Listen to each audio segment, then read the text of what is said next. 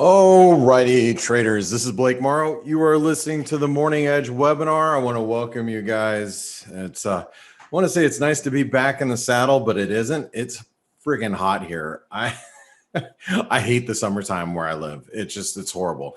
You guys know and if you've been around me long enough, I complain every year. Only reason why I moved back here is for family, which is worth it, but it doesn't stop me from complaining. But the rest of the year is awesome. You know, we get eight months of awesomeness, and then we have 4 months of just crap. So anyway, it's just, and this is I'm in the beginning of the 4 months of crap. Well, I'm like 1/2 a month in, I don't know, but we're going to be at 117 degrees this week. I don't know what it's like. What was this? 117 degrees in Celsius. 117 degrees Fahrenheit to Celsius. Let me see. What is that?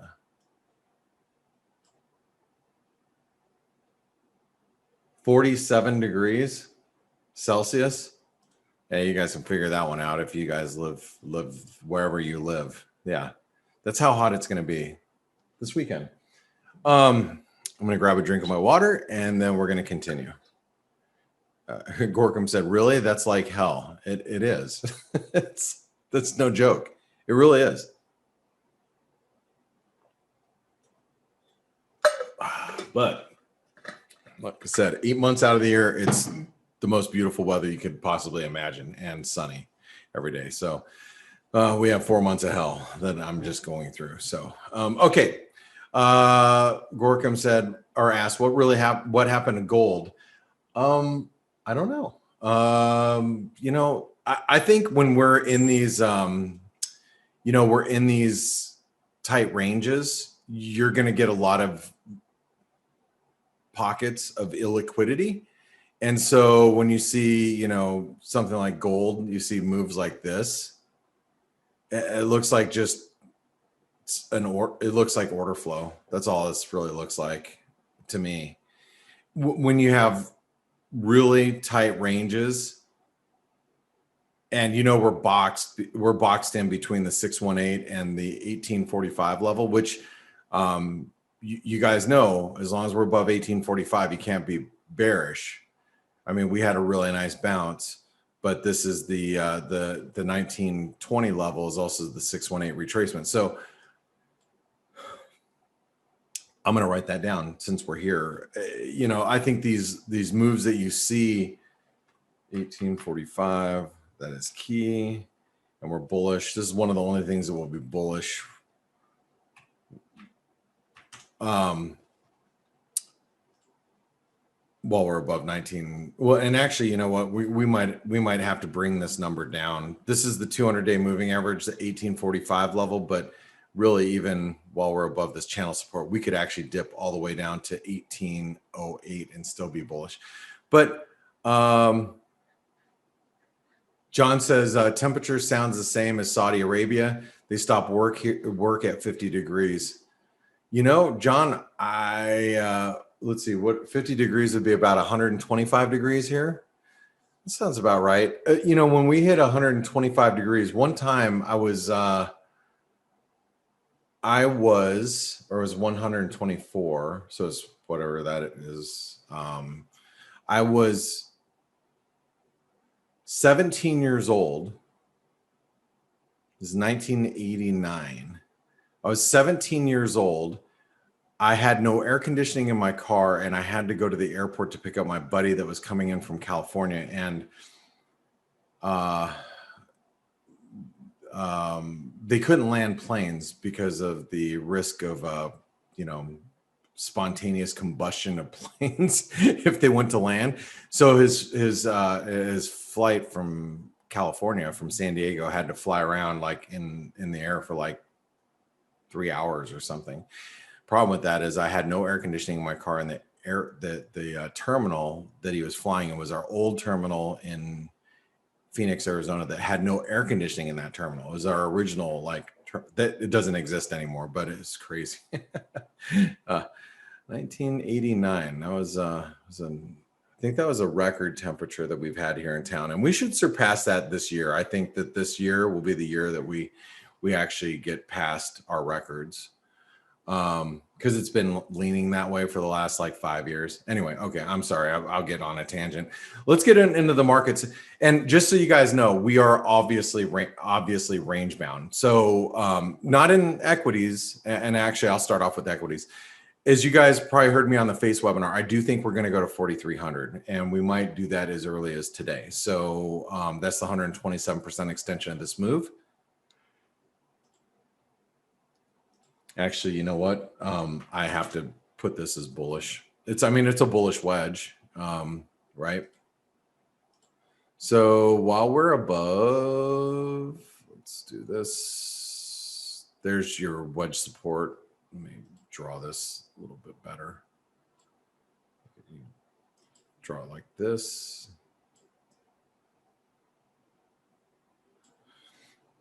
So while we're above,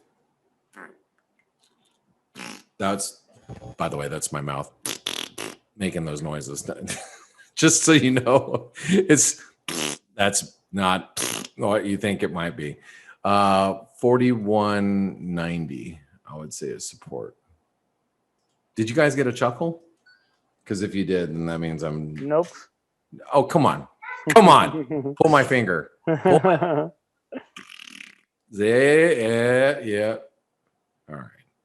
The sad thing is I can't turn on my video camera right now because my hair is a disaster. So mine too, actually. Yeah. All the one hair that you forgot to shave on top of your head. Is that the one? All right. Did Steve? Steve should be back pretty soon, huh? He's here.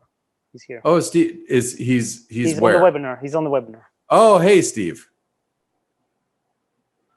So he's doing his hair. Oh. Hey, buddy, how's it going? Yeah, I'm doing my hair. Yeah, you're doing your hair. Twice per day. I'm gonna go take a shower after I'm done. I got home late last night and I jumped in the shower because I just felt gross. I knew that something was smelling. Yeah, it's definitely the thing is my wife isn't here, so I got up this morning. I turn on the light in the room. It's 3:40 in the morning, and I'm like, my wife's not here, so I can just like turn on the lights. It was kind of nice, actually. All right, so let's talk about the euro. So here we are, range bound. You just be respectful. You can see I have alarms set up on the triangle right now. I think we're in an ascending channel, but also in this range. So resistance 22.30. And support's going to be 21.40. By the time we get there, you could say it's all the way down here, but we're not going to drop. The market doesn't move like this. I mean, it could, but chances are we're going to do something like this, right? So you have to measure to where these points would be and not assume we're going to go straight up at this moment. So I'm going to say 21.35. 22.30. And so while we're 121.35, 122.30, while we're in this range, just respect it, right?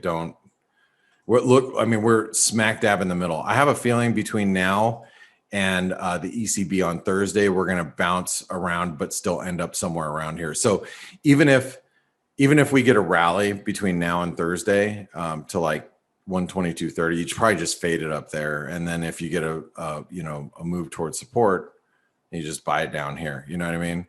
Because we're going to end up probably in the middle of this. We'll probably end up somewhere around here by Thursday. Cable.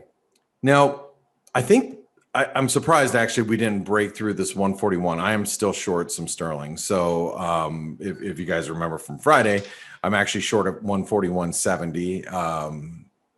So I'm still short.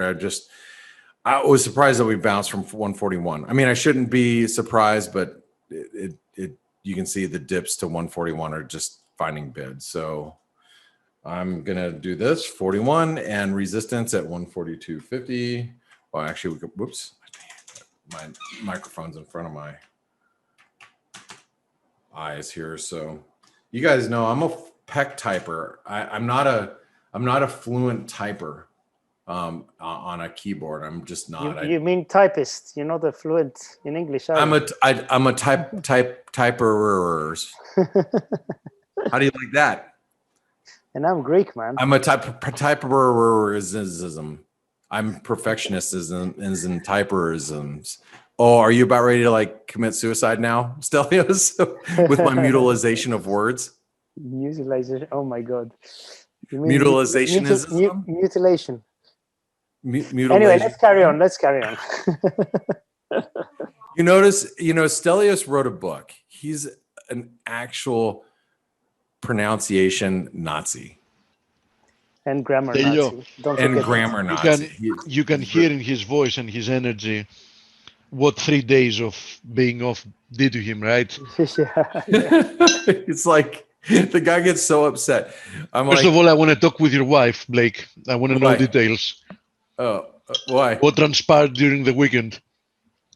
What transpired over the weekend? Yeah.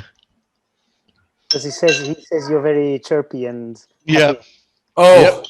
No, nothing transpired over the weekend. Nothing actually. Although I'm my household's -2 people right now, so maybe that's it. And I can be a little bit louder because I know I'm not waking up. My oldest son, he'll sleep through anything, so I know I can be a little bit more boisterous in the morning, which is nice. Okay, let's talk about the Aussie resistance.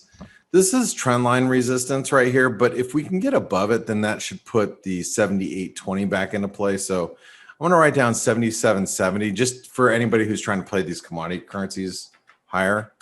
I still think we're in a range. I'm just saying if stocks do break higher and we could break 77.70, then that should open this up here. It should. So if you watch the S&P break through 4250 and you're like, okay, I'm going to play the Aussie to the long side, and maybe you're only just trying to squeeze out 10 or 20 pips. I mean, look, it's 10 or 20 pips is better than a kick in the ass, I think. So, I may not be bullish Aussie, like, but I could very easily see a 30 or 40 pip squeeze up here. Support obviously is very key on the way back down towards 76.90. Let me get rid of this because I was using that as a demonstration during the F.A.C.E webinar today. 78.70. Or I'm sorry, didn't it? 76.70. 76.80. Dang it. This is the same. It's been the same number for like 2 weeks and I'm still typing it incorrectly. Shows you what 1 day away from the computer will do. Notice the Kiwi stopped at the 618 retracement. I don't know if you guys can see that. Well, you should be able to see it. It's right there. So that means that this 72.45 is resistance up to 73 cents. So 72.45, 73 cents would be the next resistance after that. We are obviously still in a range. Support is down here at 71.25.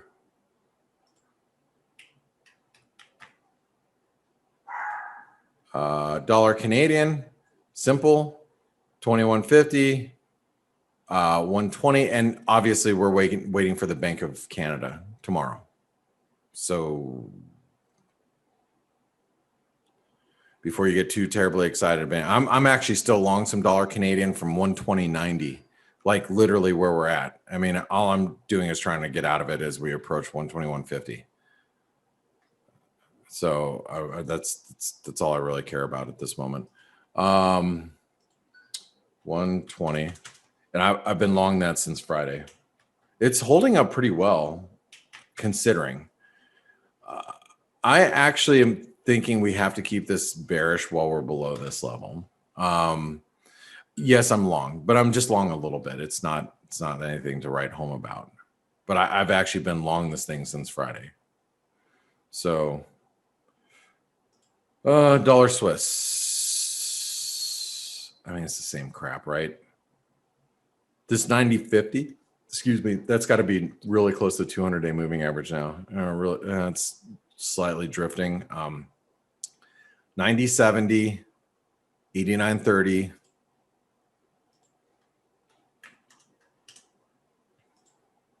Oops. 90-70, 89-30. I think we should probably stay bearish while we're below that 200-day moving average, because that's that 90-70 level.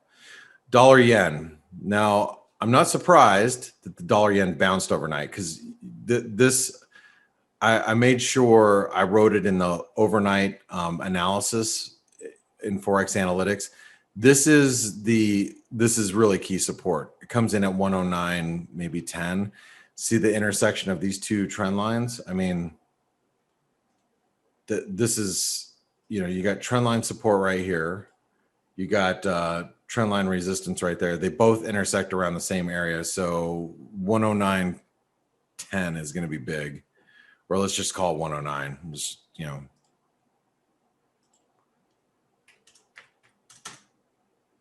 resistance will be, I mean, I think any move back to 110 is going to be a sell. Dollar index, nice little channel holding. Yeah, that was noted last night on ForexAnalytix, the end of day analysis. So this support here is at 89.90, resistance 90.30, then 90.60. So 89.90, 90.30. Oops, shoot. Now, if you guys did hear that, that was actually my stomach. I don't think my microphone will allow that to be picked up, but my stomach is growling. Oops.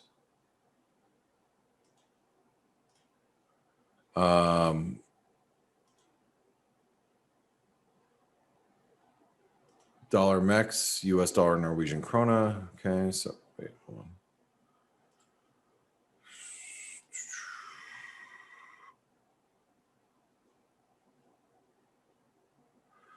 So we wrote down 824 as support, and look at today's low, 123.99. And I know, I think Steve did a bias chart yesterday. I did do that indeed. Look, why'd you put commas? Stelios, why don't you yell at him for putting commas instead of? Oh, come on! It's the Europe. Come on, man! You yell at me all day long. He's my friend. That's why, my computer is in Europe, and that happens automatically.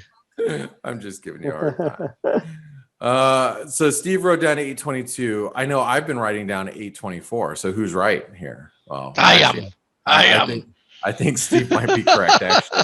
I think this trend line support could come into play. I mean, we're really flirting with these lows. So I'm actually going to write down 820, believe it or not. So, and I will say that 842, as long as we're below that, we can't get bullish. I mean, this is just ranging. But I have to also say that, don't forget, we came out of an ascending wedge, and what's holding us up right now is obviously the dollar. I mean, if the dollar actually staged a rally, the US dollar Norwegian krona would actually make a move to the 200-day moving average pretty easily. But we have to get above 842 for it to even have that chance to make it back up towards these levels. So as long as the dollar is not moving anywhere, the dollar Norwegian krona isn't going to move anywhere.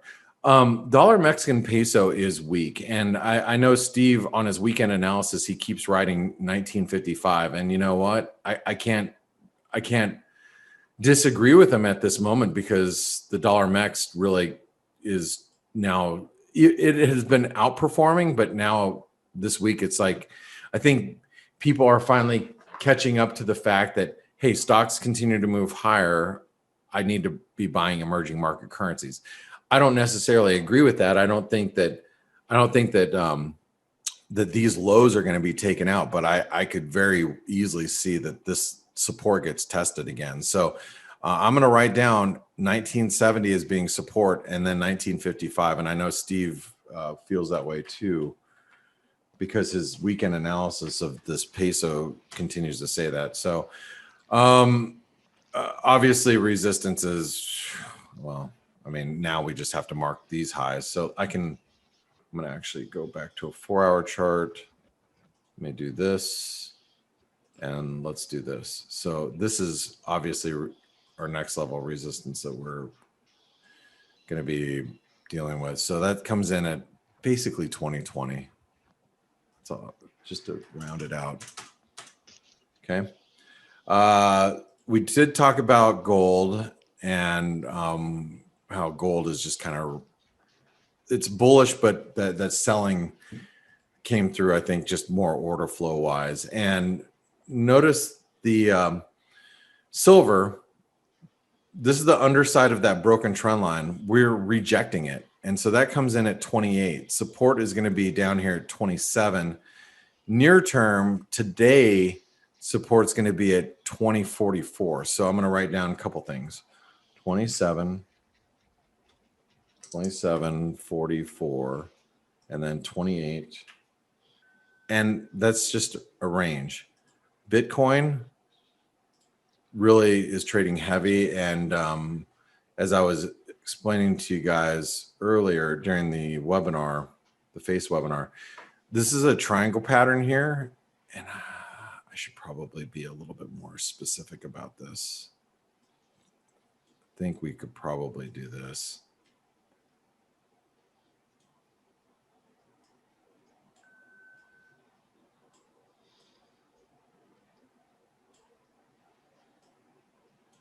But I'm just going to leave it at that. I'm not going to write that down. I'm not going to write any of that down. Although I can write down 32,200. I'll go like this. 30K, 32,200. Okay. 30K is going to be key, obviously. And then resistance now should be any move back up to this triangle. So I guess we can draw it like this. So any move back up to 35,900. So we'll just call it 36,000 should be a sell. So 36K bearish. Okay. So there's your bias chart. It's finished. I need to go get ready for the day. I've got some pretty important interviews. Stelios and I are going to be interviewing Mark Faber. Faber. Stelios, just so you know. Pronunciation. Yeah. I heard it on interviews. Faber. You got that? Yeah. Is he of German origins? I think he's Swedish with German origin. Oh, But okay. he explained his makes sense. lineage in one of his interviews that I watched in the past. So No, that would make sense because then yes, that's how you read it. yeah. But anyway, and then I'm going to be interviewing a pretty big crypto trader for Trader Summit. So you guys be looking out for Trader Summit interviews coming out here in the next couple of days. We might actually even have those out by like tomorrow morning. So you guys enjoy. Steve, Stelios, I'm going to pass over to you so I can go ahead and get ready. Shouldn't you postpone that last interview like for a few weeks to see if he's still a crypto trader? Yeah, no, he's a technician. A lot of you guys have seen him on Face before. His name's Trader SZ. He's Saeed out of the UK. Out of London. Saeed, so, yeah. So I'm gonna interview him. We're just gonna go over some technicals. So he's gonna do probably like a 10-minute video over some things that he finds interesting. So then you guys will get a new just different technical perspective of something that he's looking at. So Perfect. Enjoy. Thanks, mate. All right. And by the way, I heard that Paul Franco was supposed to come on the webinar yesterday, but somebody wouldn't stop talking. Was that me? I actually said Stelios to ask him since the beginning of the webinar if he's going to join. Don't But- worry. I All didn't. right, all There was right. some kind of miscommunication. It's okay. We'll see you Okay. guys. See ya. Bye-bye. Thanks. Bye. So, let me So, just. Stella, Yes, hold on. Let me go away from my kids because they're. that will never happen, dude. Yeah, I need You wish. 10 years I need. So, 10 years and a couple of boyfriends. yes, don't remind me. So, what have we got since F.A.C.E? Not that much. Crypto still under pressure. Really, the only asset class that's moving today. Equity is finding a little bit of a lift. Metals, I have no idea. Can somebody help us? They got absolutely smashed in a 1-minute candle about half an hour ago or something like that. And they're recovering now, but it's just a typical walloping. If you look at the 1-minute chart, it's actually funny. But anyway, they're recovering as well. I don't see anything that's screaming out to me that something is changing somewhere. I still think, unfortunately, the risk is going to grind higher and the dollar is going to grind lower. But we wait and see. We had some data today, probably worth mentioning. Eurozone GDP quarter on quarter, minus 0.3% versus minus 0.6 expected. So that was better than expected. On the other hand, we had the German ZEW economic sentiment, which missed by quite a bit. Mhm. And the industrial production in Germany also missed. So it's been relatively mixed. No direction. I mean, the only thing that we're seeing actually moving is inflation. CPI, PPI, all these indicators, they are going higher pretty much everywhere. Oh, absolutely. Especially in countries who measure them properly. But apart from that, we're a bit undecided. We're ranging, and there's no clear direction. So I don't know what to say. I think I tweeted about Bitcoin this morning. It broke this. There you go, this triangle, Yep. and it's targeting 25,000 to start. Actually, there is a support around 30,000, and Yes, then 25. 30 Yeah. is the first area of support. Yes, yes. Then, in my opinion, we have 24K. And after that, we're back to the 20,000 zone, which was the first high, the high of the first mania phase that we had in 2000, that peaked in 2017. So yeah, these are the downside targets. Bitcoin is breaking down, as you said. Technically speaking, that was to be expected. We said many times that this formation looks like a triangle that should get resolved to the downside. Ethereum just a bit behind, hasn't broken down yet, but very good rejection from the trendline resistance yesterday. We had a continuation lower on the day. Today we've continued what we started yesterday, and it looks to me inevitable that if Bitcoin keeps pushing lower, which technically speaking looks extremely likely, Ethereum won't have an alternative, and it will also break down and start gunning for downside targets, with the first one being at just below 2000, 1950 to be exact. And following that, we have the 1728 spike low. Then we have roughly 1400. I think that if Bitcoin actually starts gunning for the targets we mentioned, I think we can easily see Ethereum back to 1400, which also, coincidentally or not, was the high back at the beginning of 2018.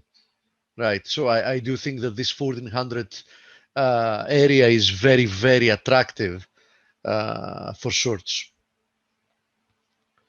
What else, Elio? Yep. By the way, give me 30 seconds. I need to switch my battery to my headset. Give me 30 seconds. Sure. What else?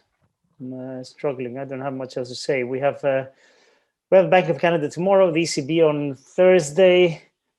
It's just a waiting game at the moment. I really am struggling to find anything useful to say. The pound is again also.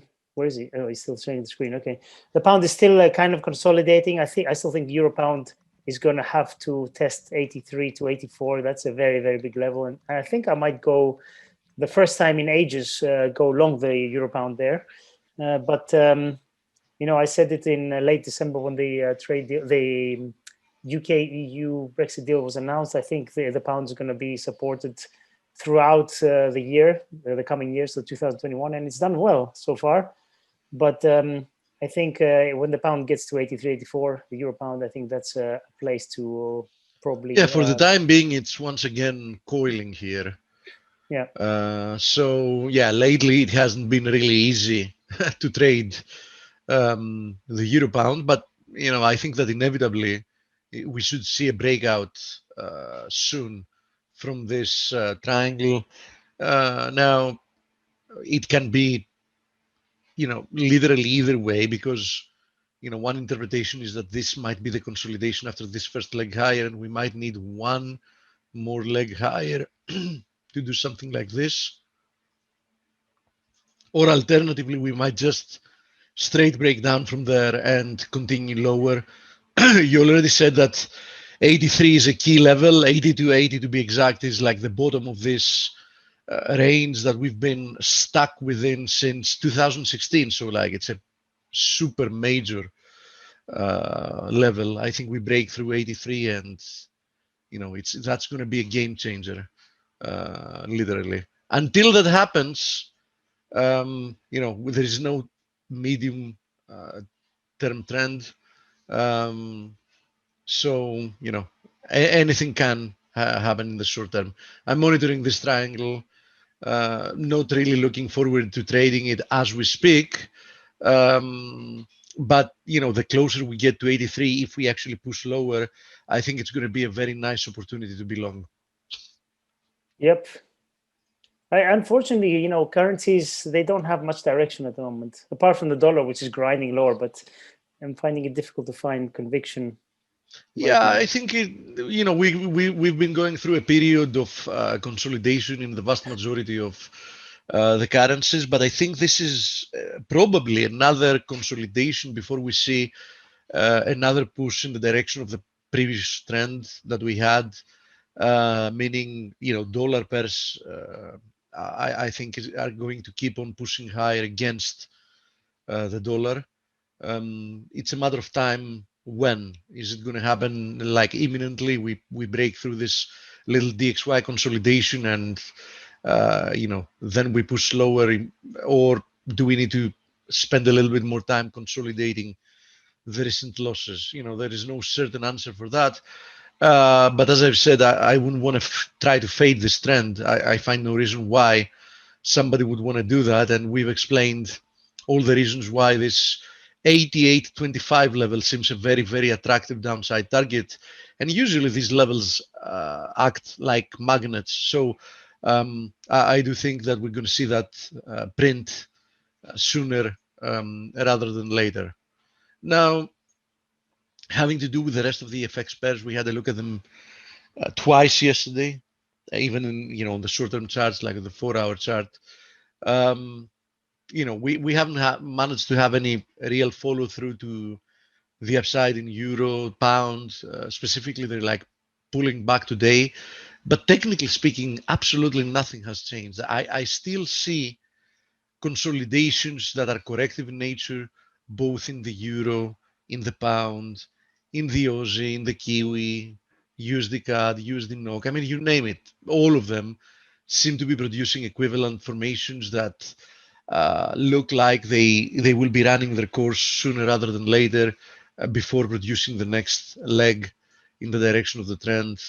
And as I said, until proven otherwise, the trend is for a weaker dollar, fundamentally and technically speaking. So it's good when those two align. You feel even better to trade in the direction of the trend.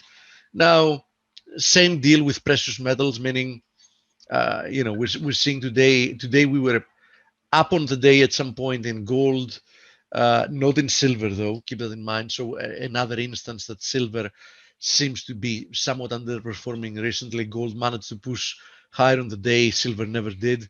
But in any case, they're both slightly negative on the day, which doesn't say much. There is even the chance. I'll talk about the gold chart since it's technically somewhat cleaner. There is even the chance that we might see another little leg lower, this time to retest the broken channels, trend line resistance as support before we move higher.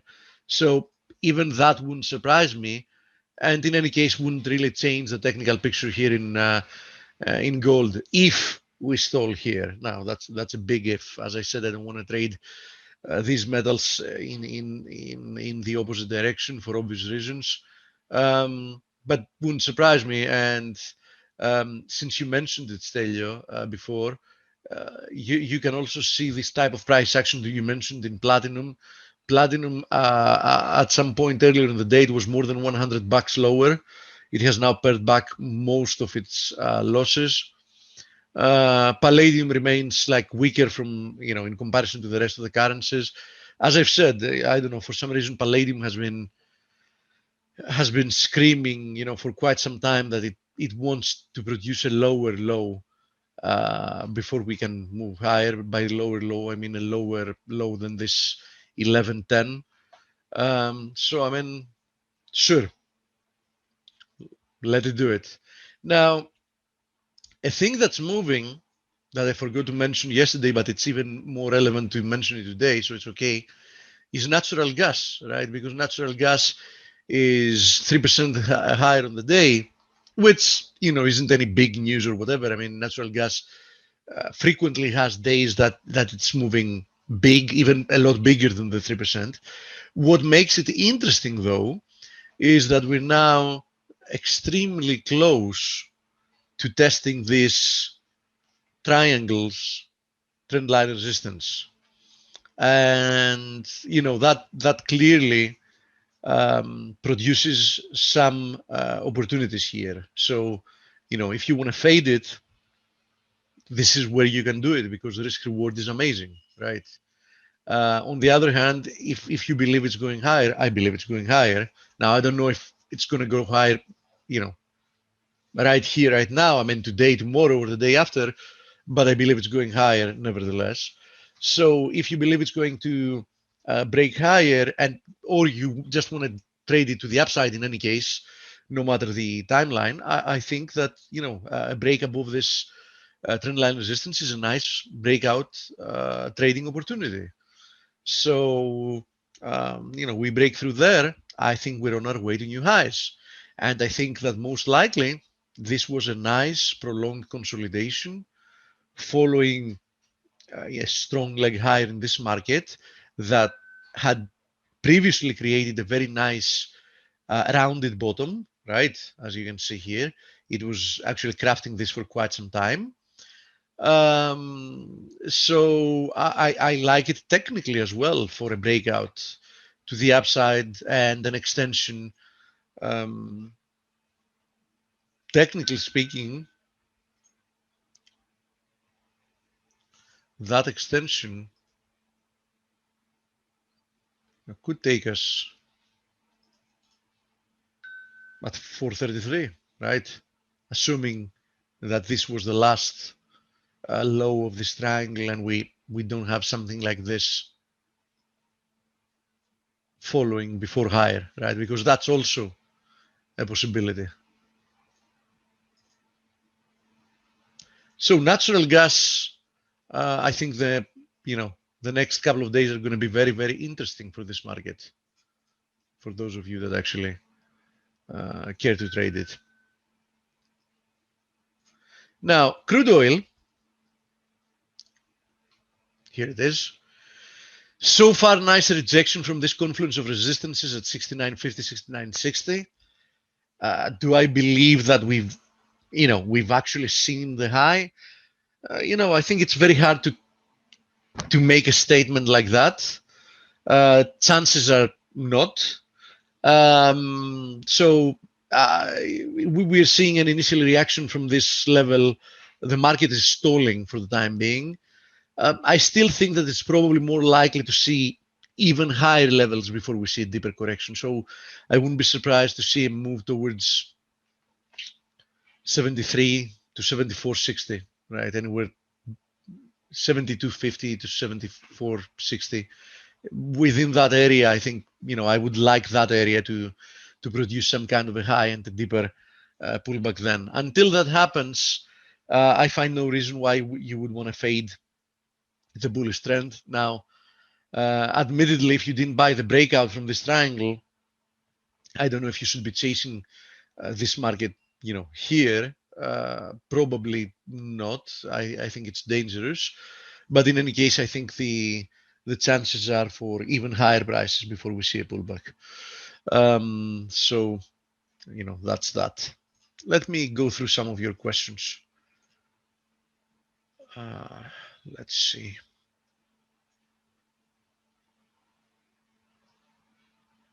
Do you think it's fine to add some position from that lows of gold? You mean the recent low, that spike low that we had? This one at 1853, whatever it was. Yeah, I think that if we get to retest that, which I find more likely that we're going to see a lower low if we actually start pushing lower than that we're just going to retest. So would be great if we see a completed like ABC pullback, right? That would have an implied target of 1842. So yeah, I think we go back towards this channel over there. I think it's going to be a nice buying area. Absolutely. And as we speak, from the last time we talked about the metals have actually accelerated lower. Literally, they've gone double the percentage lower than they were like 5 minutes ago. I remember when we spoke about them 5 minutes ago, gold was like 35 basis points lower on the day, and silver was like 75 basis points, and now it's like 0.7 and 1.2% lower in the day. So they seem to be coming under pressure as we speak.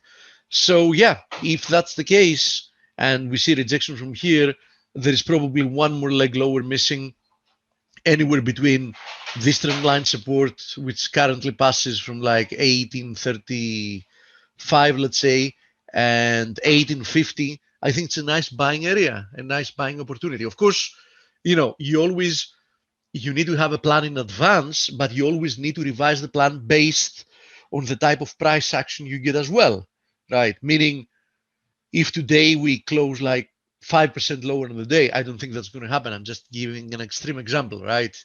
So let's say we close like 5% lower in the day, and then the next day you have like another sharp move lower. I mean, it's not that just because you reached a specific level that looks interesting that you're necessarily going to buy that level.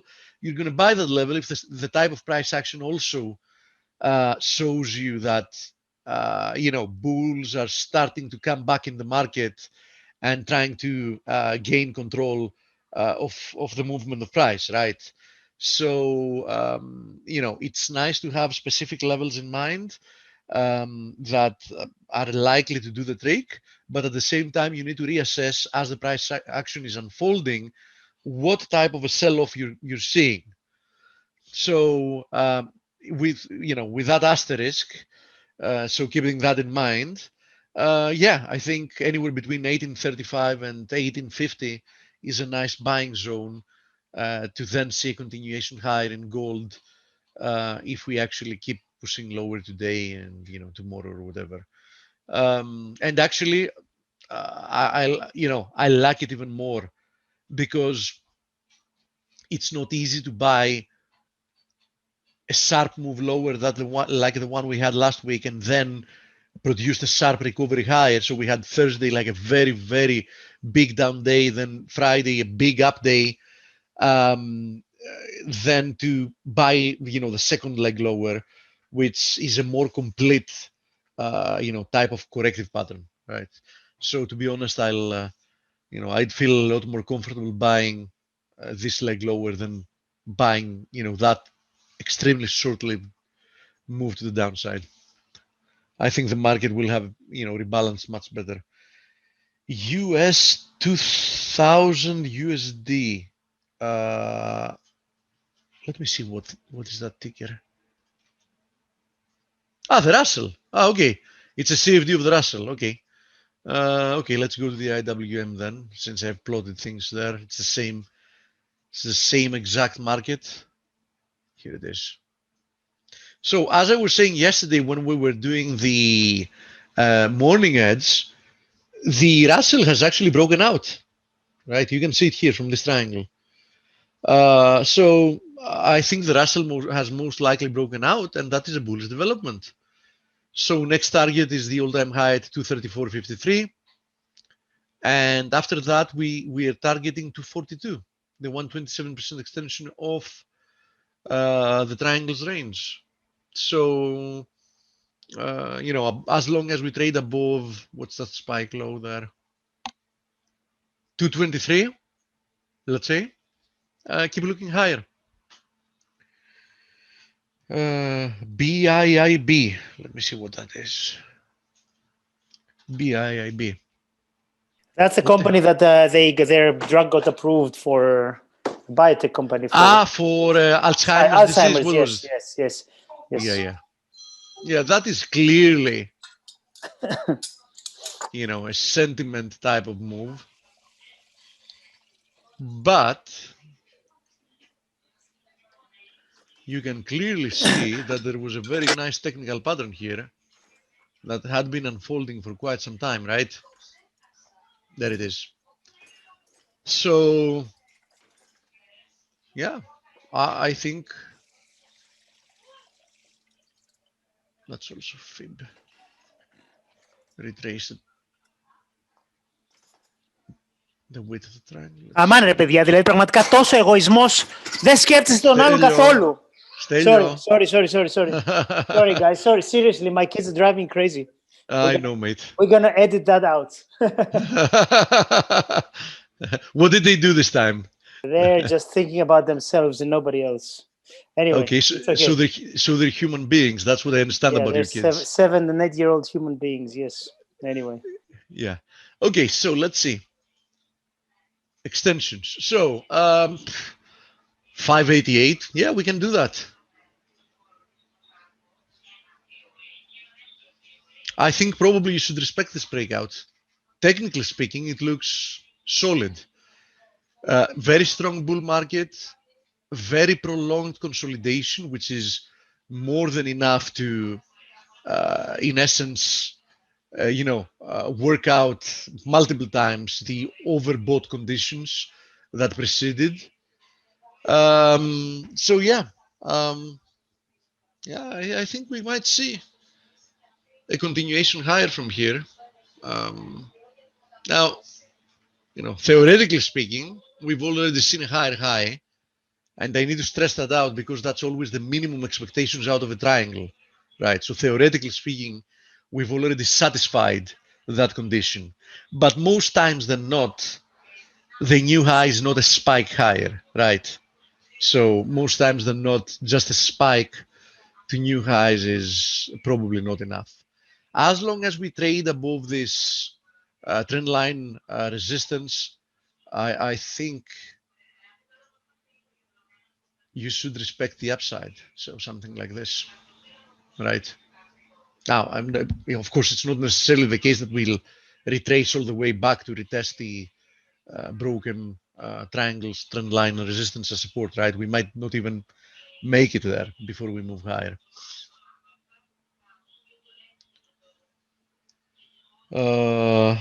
Let me see what else. Gold is volatile. Yeah, say that to the cryptocurrency crowd. That's nothing, literally nothing. ZM, okay. Let's see what that is. Zoom. Zoom. Zoom has broken out. You remember we talked about it some days ago, probably it was last week or whatever. Yeah, I think Zoom has broken out. There you go. Zoom seems to be breaking out. And that's a bullish development. There you go. So you want to be a little bit more safe, give it a little bit more room towards 355 or so. But yeah, it looks to me like it's breaking out. So, this was a very nice move to the downside. Clearly corrective characteristics. We retraced a very good portion of the move higher and even took a decent amount of time for this to unfold. So we've ticked both the boxes, meaning correcting in price and correcting in time, right? We did both. So I have no objection why, or, nothing to say, that would underestimate the probability of this being a legitimate breakout. I think there is a very good chance that it is. Target, one target at a time, but, the implications, if this is indeed a legitimate breakout, the implications are for new highs. But, looking at, shorter term targets, I'd have to say that the next one after 355 is roughly at 445, 450. So, first stop there, roughly at 450. That's what I think.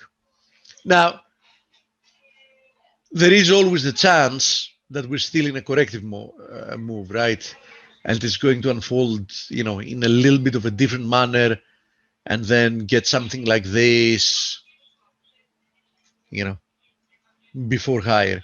But as I said, there is always ifs and buts. But for the time being, this looks potentially as a legitimate breakout to me.